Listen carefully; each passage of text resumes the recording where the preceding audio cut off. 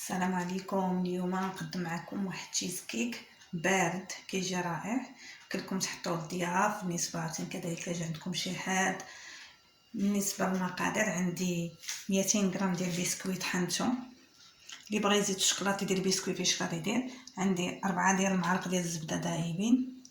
عندي 400 غرام ديال الكريمه السائله اللي كتطلع بحال شكل شانتيغي. وكنزيد على واحد الاضافه عندي 200 غرام ديال الجبن طاري، يمكن لكم ديروا اي جبن. بالنسبه للطبقه الاخيره غندير الفريز، وعندي 2 معالق ديال الجيلاتين.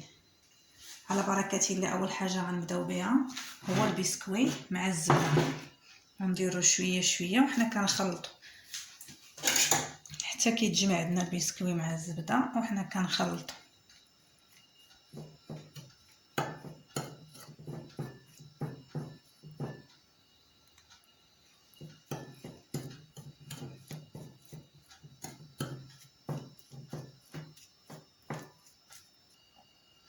من بعد من ضفنا الزبده كما كتشوفوا غندخلوا هذيك 4 معالق ديال الزبده. غناخذ المول اللي كيتحل يكون عنده 24 سنتيم. درت الورق ديال الزبده غير من تحت.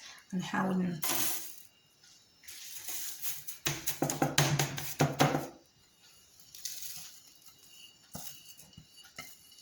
بسم الله.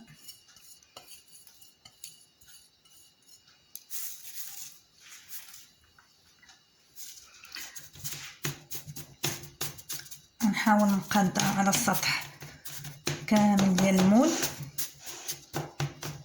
كما كتشوفوا. يمكن لكم بالنسبه لهذا البسكوي هذا تضيفوا ليه واحد معلقه ديال الشكلاط غبره اللي بغى يزيد نكهه، ولا يمكن لكم تخليوه كما هذا. بالنسبه لهذا البسكوي هذا خديته عادي ما فيه حتى نكهه، يعني يمكن لكم تاخذوا البسكوي كذلك اللي فيه الكوكو على حسب كل واحد على حسب. نحاول نبسطوها، ناخذ واحد الكاس ونحاولوا نقادو بحال هكا الجوانب حتى كيتقادوا الجوانب كاملين كما كتشوفوا. صافي ضغطنا عليها ندخلوها لواحد الثلاجه بيد ما نخدموا الكريمه. بالنسبه للطبقه الثانيه كما قلت لكم غنستعمل فيها 400 غرام ديال الكريمه السائله. غنحاول نخلطها مزيان، بغيت نصدعكم غنخلطها مزيان حتى تطلع. من بعد غنزيد عليها الجبن. من بعد نرجع معكم نخلطها مزيان نطلعها. من بعد نوريكم كيفاش غنزيد عليها الجبن. من بعد ما طلعت الكريمه ما طلعتهاش كامل، طلعتها غير نص باش نزيد عليها الفرماج ونعاود نطلعها. بالنسبه للكريمه عندي حلوه، الا كانت عندك الكريمه شويه ناقصه حلاوه يمكن لك تزيدي السكر 3 المعالق. انا بالنسبه لنا الكريمه عندي حلوه خليتها حلوه طلعتها نطلع. دابا غنزيد عليها الفرماج. يمكن لكم تستعملوا اي فرماج عندكم كريمي بحال اي فرماج يمكن لكم تستعملوا كريمي.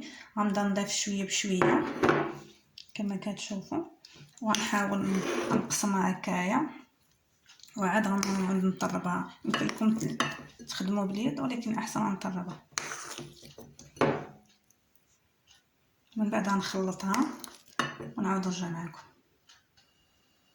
من بعد كما كتشوفوا خلطنا الفرماج مع الكريمه. دابا غناخذوا هذيك كنخرجوا من الثلاجه البسكويت ديالنا.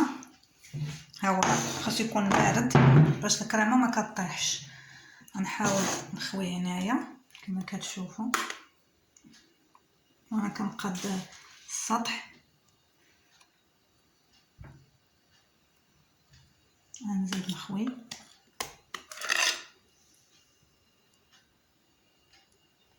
انا كنقاد السطح. من بعد كما كتشوفوا خوينا الكريمه غندخلها للثلاجه.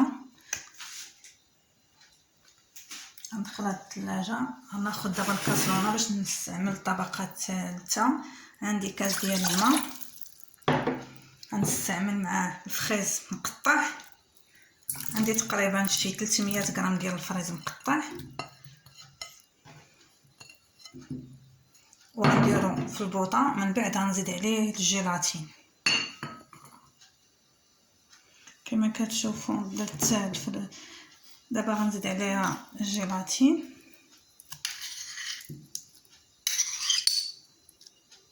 معلقه كبيره ديال الجيلاتين.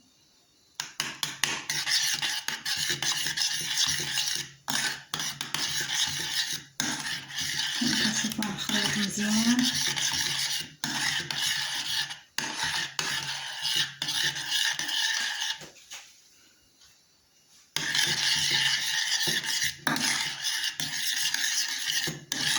كما كتشوفوا راه سخون باقي، من بعد غنصفيه. دابا غنصفيه، ناخذ هنايا غنحاول نصفيه. بسم الله. كما كتشوفوا نحاول نصفيه شويه بشويه.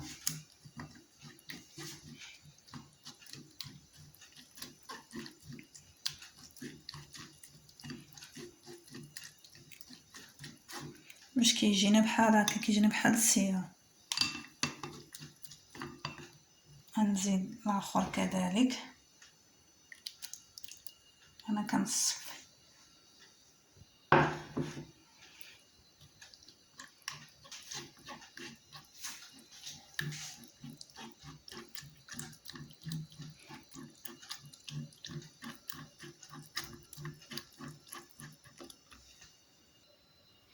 كما كتشوفوا من بعد ما صفيناه باقي سخون. كما كتشوفوا دابا نحاول. خرجنا تشيز كيك من الثلاجه، نحاولوا نديرو غير بشويه بشويه، غير بحال هكا شويه بشويه حيت باقي سخون. بسم الله باش ما يتخسرناش الوجه.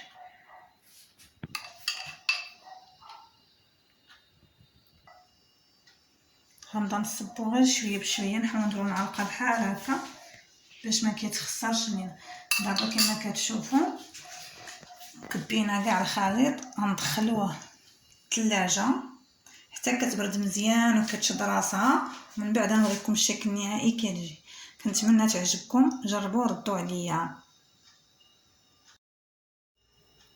كما كتشوفوا من بعد ما برد تشيز كيك زوقته بشويه ديال الشكلاط. لا عندك الفريز موجود يمكن لك تزوقيه بالفريز، انا زوقته هكا بالشكلاط.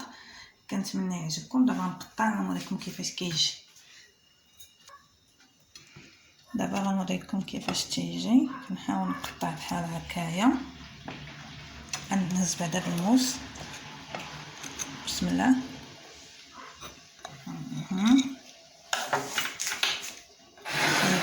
هذا شوفوا كيفاش كيجي. اللي بغى يزوقها يزوقو كيما بغا. هانتوما الكريمه كلشي كما كتشوفوا. كنتمنى يعجبكم، ديروا وردوا عليا. السلام عليكم. اللي بغى يزوقو باش ما بغا باش ما بغا، قلت لك تزوقي بالفريز زوقي باش ما بغيتي، كيبقى لك الراي. السلام عليكم.